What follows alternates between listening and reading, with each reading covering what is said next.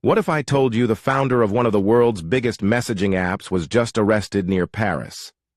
Pavel Durov, the man behind Telegram with over 900 million users worldwide, is at the center of a criminal investigation that's blowing up in the headlines. So what exactly is going on here?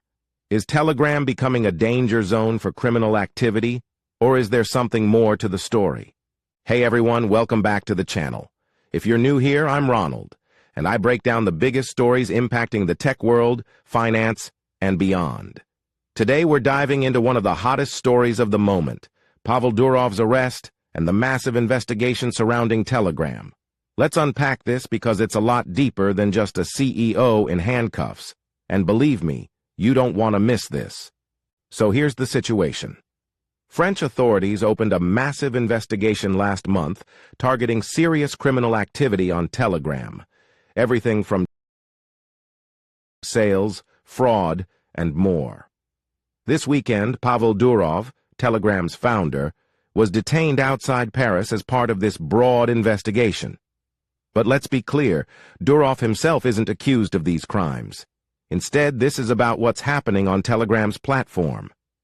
Telegram has exploded in popularity, largely because of its commitment to free speech and minimal content moderation. For many, it's been a lifeline under authoritarian regimes. But that light oversight has also turned it into a safe space for some seriously dangerous stuff.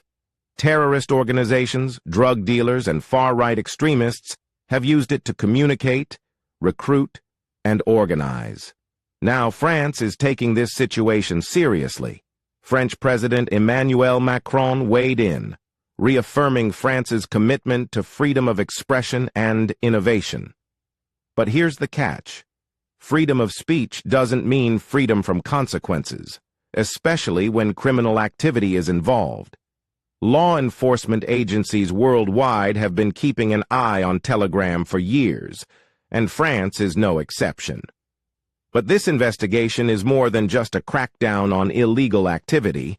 It could have serious international consequences. Durov, who was born in the Soviet Union, could be caught in the middle of a tense geopolitical situation.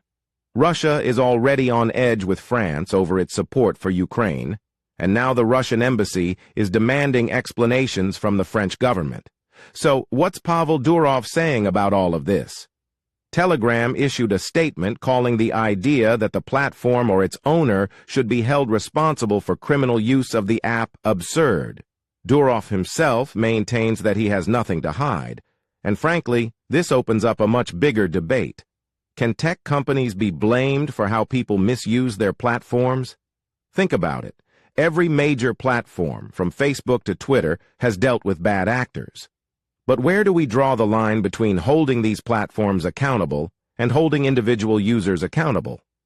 It's a tough question, and one that's becoming increasingly important as governments push for tighter regulation. So, what happens now? Durov's arrest is just the beginning of this investigation. France and other governments are going to keep the pressure on tech companies to tackle disinformation, online extremism, and illegal content. And while the details are still unfolding, one thing is clear. The clash between freedom of speech and regulation is heating up. The outcome of this case could set a precedent for how governments hold tech giants accountable.